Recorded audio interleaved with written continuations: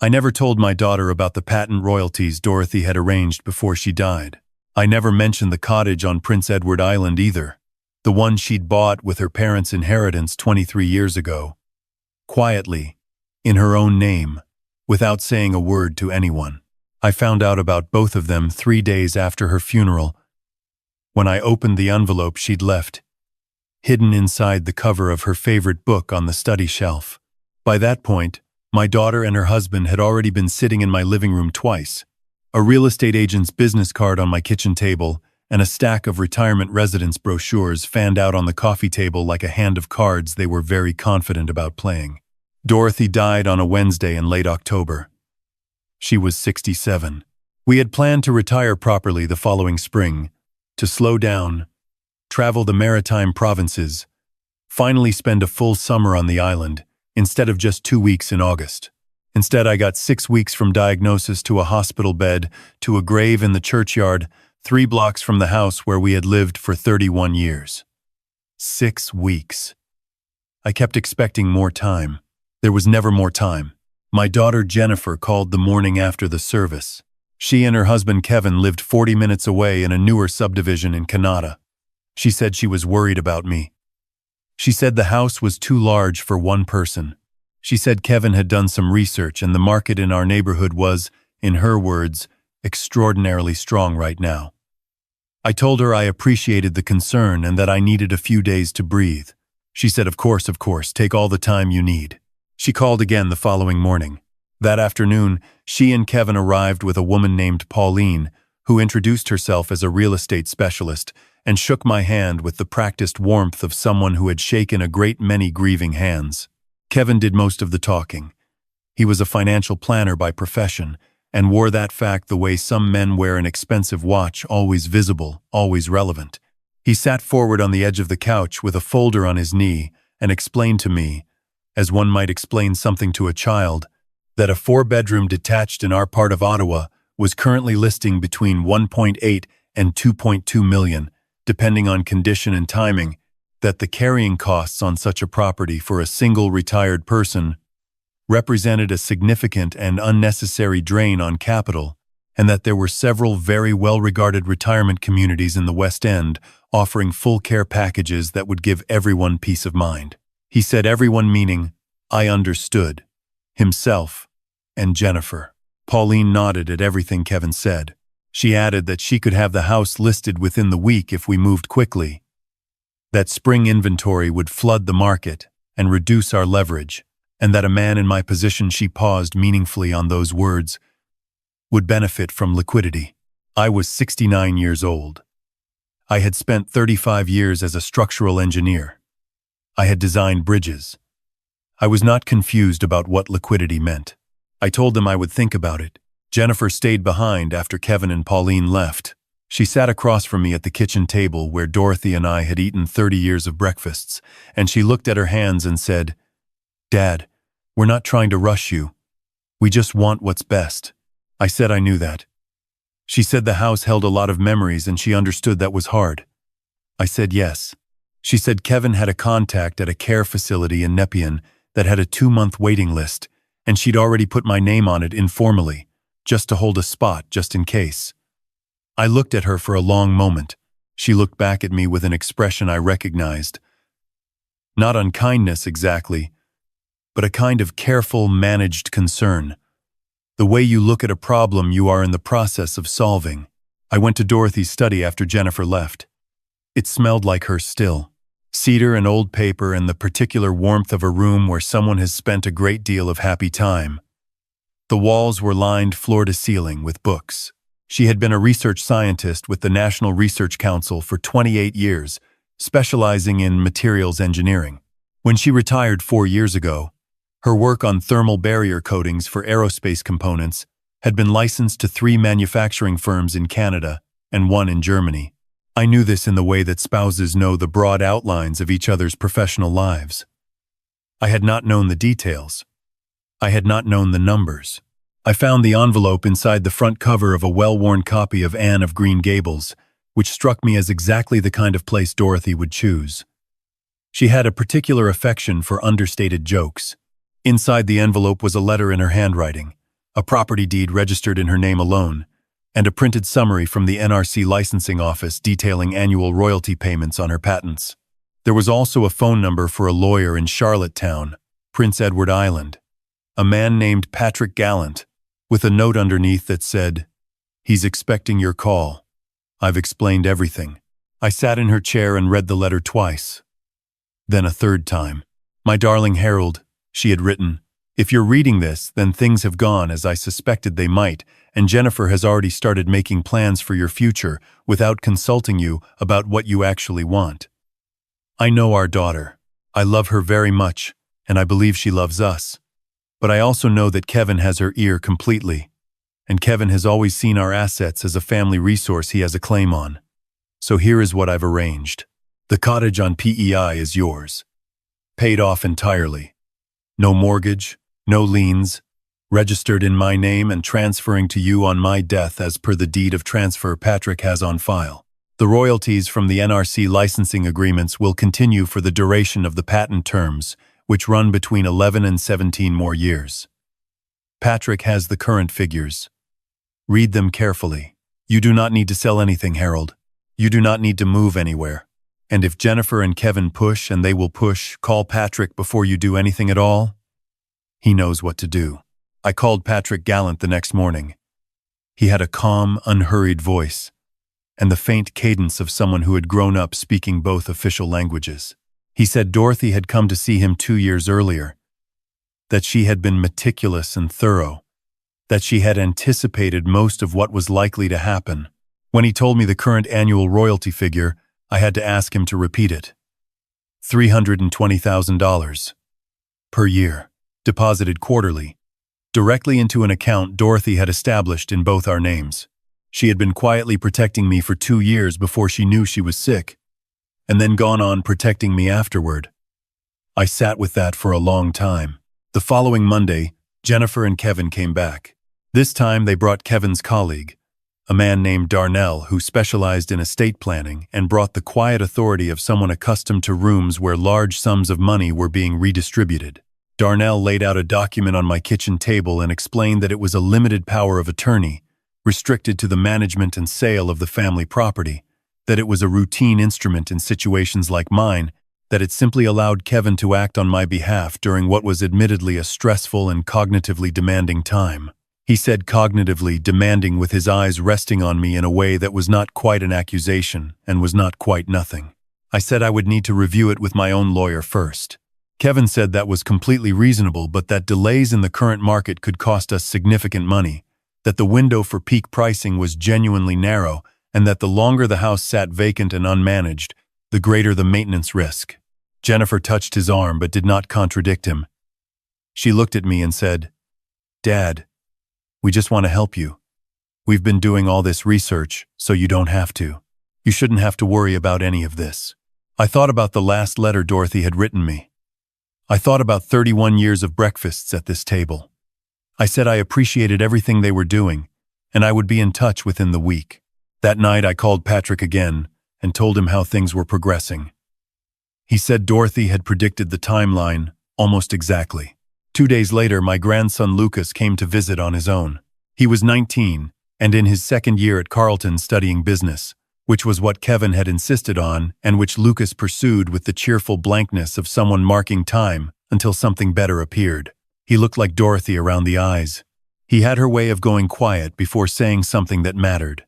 He sat at the kitchen table with both hands wrapped around a mug and said, "Grandpa, Dad says you're selling the house and moving to a residence. Is that actually what you want?" I made us both tea the way Dorothy always had and asked him what he was doing when he wasn't in class. He shrugged and said not much, that he'd more or less stopped playing guitar because his father had told him it wasn't a productive use of study hours, that he used to do photography but hadn't touched his camera in 8 months. I asked him if he missed it. He looked at the table for a moment and said yes. Actually, he missed it a lot. I told him I wasn't selling the house to move to a retirement residence.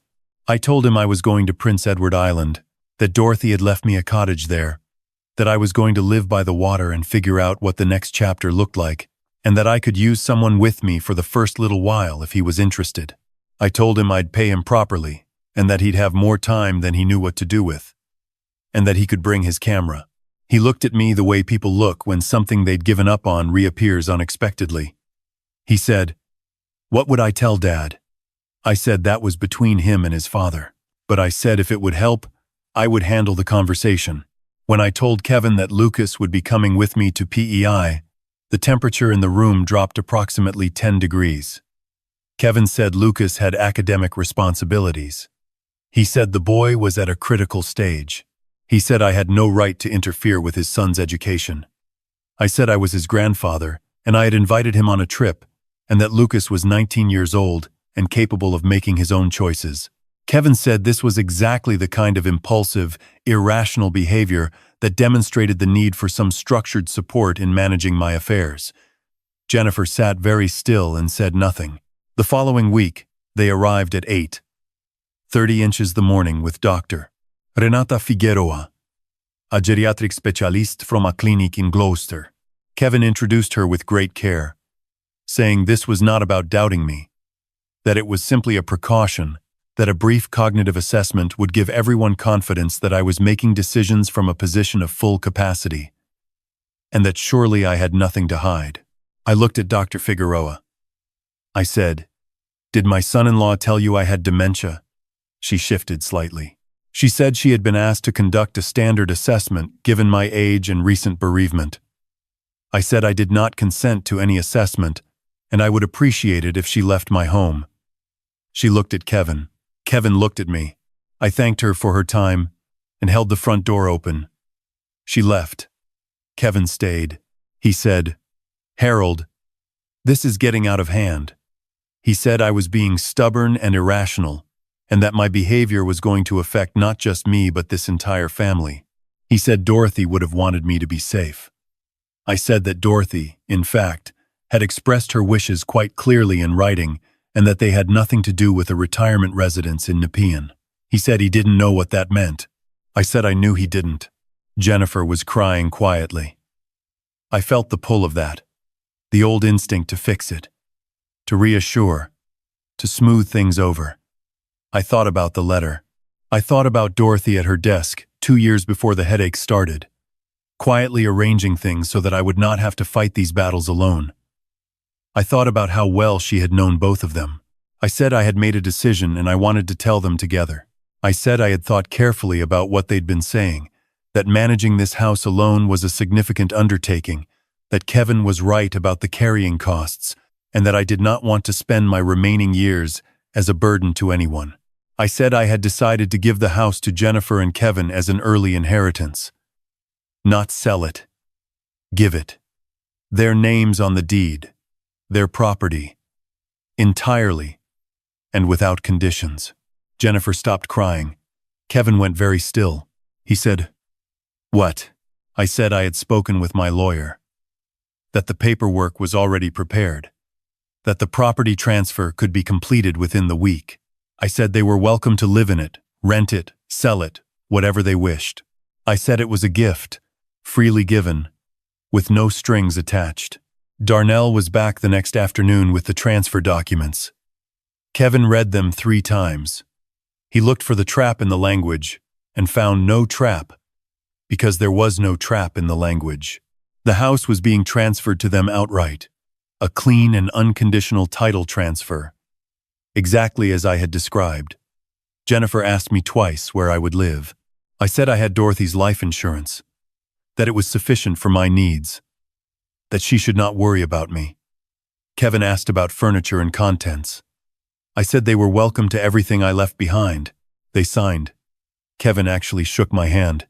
His grip was firm and satisfied. He said he hoped there were no hard feelings, that everything they had done had come from a place of concern. I said I understood. Completely. They filed the paperwork the next morning. I watched them pull out of the driveway from the front window. Lucas was standing beside me with his camera bag over his shoulder and a look of calm wonder on his face. He said, "Grandpa, what just happened?" I said, "Your grandmother happened. Give me 10 minutes and then we'll load the car." We drove out on a Friday in early November. 2 days to Charlottetown, one overnight in Moncton where we ate chowder at a place on the water, and I told Lucas stories about his grandmother that he had never heard. He sat across from me and listened with his whole face, the way people listen when they understand they are being given something that cannot be replaced. He told me his father had called 3 times already and that he had let it go to voicemail each time. I said that seemed like the right call. The cottage sat on 4 acres outside of North Rustico, a 10-minute walk from the shore. Dorothy had renovated it incrementally over the years. New windows, new insulation, updated electrical, a wood stove in the main room that threw heat like a small sun. The walls were the same warm white they had always been. The light on the island in November was thin and silver and extraordinary. Lucas stood in the driveway when we arrived and just looked at it for a long moment. Then he got his camera out before we had even unloaded the car. I set up Dorothy's books in the study. I hung photographs on the walls. Every morning I walked down to the shore and sat on the red sand cliffs where the Gulf wind came off the water cold and clean, and I talked to her. I told her about Lucas, about the drive, about the light on the island in the morning. I told her she had been right about everything, which I suspected she already knew. The royalty deposits arrived in December, the first quarter payment sitting in the account like an answered question. Patrick had been right. $320,000 a year. Dorothy's work was used in aerospace manufacturing across Canada, the United States, and Germany. It would continue to be used for more than a decade. She had spent her career solving problems that most people never thought to think about, and had left me the proceeds as quietly and precisely as she had done everything else. Lucas enrolled in online courses through UPI. He also started shooting again. He photographed the coastline, the fishing boats in the harbor at Cavendish, the red roads running between the potato fields, the ice forming at the edges of the rivers in January. His work was genuinely striking. When I told him so, he said his father had always described it as a hobby, said it in the tone Kevin reserved for things that were a harmless waste of time. I said his grandmother had spent 28 years doing work that people called technical and unglamorous, and that the results were now in satellites and aircraft components and paying for our groceries, and that the value of a thing, and the way other people described it, were very often 2 entirely different subjects. He sat with that for a while. Then he said he thought he wanted to apply to a photography program at NSCAD in Halifax in the fall. I said I thought that was an excellent idea. Jennifer called in February. I had seen her name on my phone 3 times in December and twice in January, and had not been ready. When I answered in February, her voice was tight in a particular way I recognized. The way it had sounded when she was 15, and had broken something she couldn't put back together. She said, "Dad, we need to talk about the house." I said, "Of course. What's going on?" She said Kevin had hired a structural engineer to do a full assessment before they decided whether to sell or renovate. The engineer had flagged a significant issue with the foundation drainage system, a design flaw that had been quietly worsening for years, not visible to the eye but catastrophic on paper. The repair estimate was $280,000. Additionally, a heritage designation that had been applied to the street under a city initiative several years prior placed strict restrictions on any exterior modifications, which reduced the pool of buyers substantially. And the previous month, a routine environmental site assessment had identified residual soil contamination from an old underground heating oil tank that had been decommissioned in the 1980s but improperly capped. The remediation estimate was another $90,000, and the city had already sent a compliance notice. She stopped. I waited. She said, "Did you know about any of this?" I said Dorothy had handled all of the property correspondence. I said she had been very thorough. I said I had simply known that the house had become more than I could manage on my own, which was why I had felt it was the right time to pass it to them.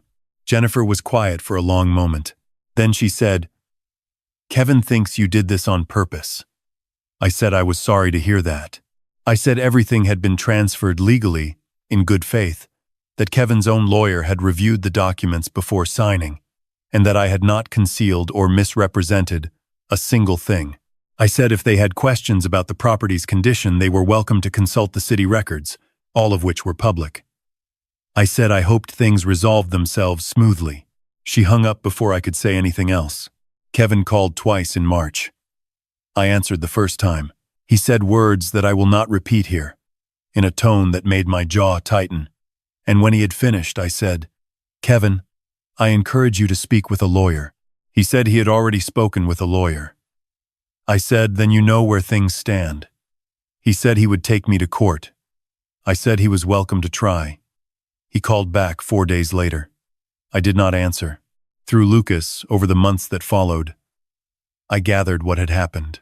Kevin and Jennifer had tried to sell the house in the spring market, but disclosure requirements meant every offer collapsed the moment the inspection reports came out. They attempted to refinance to cover the remediation costs, but the bank would not advance against a property with an active environmental compliance order. They fought. They blamed each other, and then each of them blamed me. Eventually, in the fall, they sold the property to a developer for considerably less than the land value alone, absorbing a net loss that took most of their savings. The developer planned to remediate the site and build a 4-unit infill. The house Dorothy and I had built our life in would be torn down. That cost me something. I won't pretend it didn't. I had loved that house. But I understood, sitting on the red cliffs above the Gulf of Street, Lawrence on a cold October afternoon, with the water the color of hammered pewter and the smell of salt and frost in the air, that the house was already gone. It had been gone the morning Kevin sat in my living room with Pauline, the real estate agent, 48 hours after my wife's funeral. What Dorothy had done was not cruel. It was precise. She had made sure that the thing they came for was the thing that cost them, and that what she actually valued, the quiet life, the water, the freedom to decide your own mornings, went somewhere it would be taken care of. Lucas got into NSCAD. He told Jennifer in a phone call that I was not part of and that did not go well, from what he described. She said he was throwing away his future, that his grandfather was a bad influence, that Kevin had sacrificed enormously to give him opportunities. Lucas said he was grateful for the tuition his parents had paid and that he would repay it over time, and that he had decided what he wanted to do, and he was going to do it. He moved to Halifax in September and got a small apartment near the waterfront. He came back to the island every few weeks, and we walked the shore and ate fish cakes at a place in Rustico that had been there since before I was born.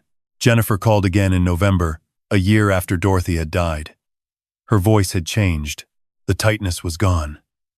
What was there instead was something harder to name. Something like the sound of someone who has been angry for a long time and has finally gotten tired of it. She said she was sorry for some of the things Kevin had said. She did not say she was sorry for everything, and I did not expect her to. I said I was glad she called. We talked for 40 minutes. It was not the conversation we needed to have, but it was a start. And I had learned from Dorothy that starting is what matters. I wrote a book that winter. I had been keeping notes for years, observations about structural engineering, about the way things are built and the way they fail, about the gap between how things look and how they work. I turned those notes into something that was part memoir and part professional reflection. A small press in Fredericton published it the following spring. It did not sell a great number of copies, but it was reviewed generously in 2 engineering journals, and a magazine in Halifax ran a long excerpt. Dorothy would have found the whole thing quietly amusing. She had always said I had more to say than I let on. On a Thursday in late April, on what would have been our 33rd anniversary, Lucas drove over from Halifax, and we walked down to the shore in the evening. The light on the island in April is entirely different from November, longer and warmer and full of possibility, the way the whole province seems to wake up at once after a long sleep. We sat on the red rocks where the waves came in low and slow against the shore, and Lucas took photographs of the horizon, and I watched the sun go down over the island behind us, the sky going pink, and then gold, and then the deep blue of early dark. He asked me if I thought his grandmother had known how everything would turn out. I said she had known her daughter. She had known Kevin. She had known what they would do when they thought there was something to take, and she had known me well enough to know that I would not fight, that I would need the path cleared in advance, that I would need her voice in my ear one more time, even when she wasn't there to give it. She had arranged for all of it because she loved me more than she loved her own comfort about what it said regarding her son-in-law and her daughter. That is a specific kind of love. It is not the easy kind. Lucas was quiet for a while. The waves came in. A gannet went over low, heading toward the channel. He said, "I think I want to do a photography series about her work, and the places she loved, and the things she left behind. Do you think that would be all right?" I said I thought that was the best idea I'd heard in a long time. We sat there until the last of the light was gone. Then we walked back up the path to the cottage where I'd left the lamps burning, their warmth visible from the shore, the windows glowing against the dark. Inside, Dorothy's books were on the shelves. Her photographs were on the walls. The wood stove was warm enough to take your coat off the moment you stepped through the door. I had not planned this life. I had planned a different one. 20 more years with her, proper retirement, slow mornings and long summers. The ordinary beauty of a life continued. That life had been taken from me in a hospital room on a gray October morning, and there was no version of things in which that was acceptable or resolved or healed. But I was here. I was on the island she had loved. I was watching her grandson become the person she had always seen in him. I was living on her work, her intelligence, her decades of quiet, determined effort. Every morning I woke up in the house she had chosen and walked to the water and talked to her. And some mornings the wind off the Gulf came in warm and particular in a way that made no meteorological sense, and I said thank you and meant it in every direction at once. Jennifer called on a Sunday in June. We talked for nearly 2 hours. She asked about the island. She asked about Lucas. She said Kevin had apologized to her, eventually, which was apparently not something he did readily. She said things were difficult but improving. She asked if she could come visit. I said yes. Come whenever you want. There is room. I did not tell her about the royalties. That was mine, and Dorothy's. Some things you protect, not out of secrecy but out of understanding exactly what they are and who they belong to. Dorothy had given me that clarity along with everything else, a clean view of what mattered, what didn't, and what was worth building your mornings around. I opened the laptop that evening and started writing again. Outside, the Gulf was dark, and the stars over the island were extraordinary. The kind of sky you forget exists when you've lived too long under city light. Somewhere to the west, in a subdivision in Canada, Kevin was probably still working through the financial consequences of a house he'd rushed to claim without asking the right questions. That was his work to do. Not mine. Mine was here. The water, the light, the books on the shelves, the warm room, the quiet that Dorothy had arranged for me with such careful, patient, lasting love. I wrote until midnight. I made tea. I sat by the wood stove and listened to the wind come off the water. It was a good life. Genuinely, unreservedly, a good life. She had made sure of that. She had always made sure of that. Even now, especially now, she still was.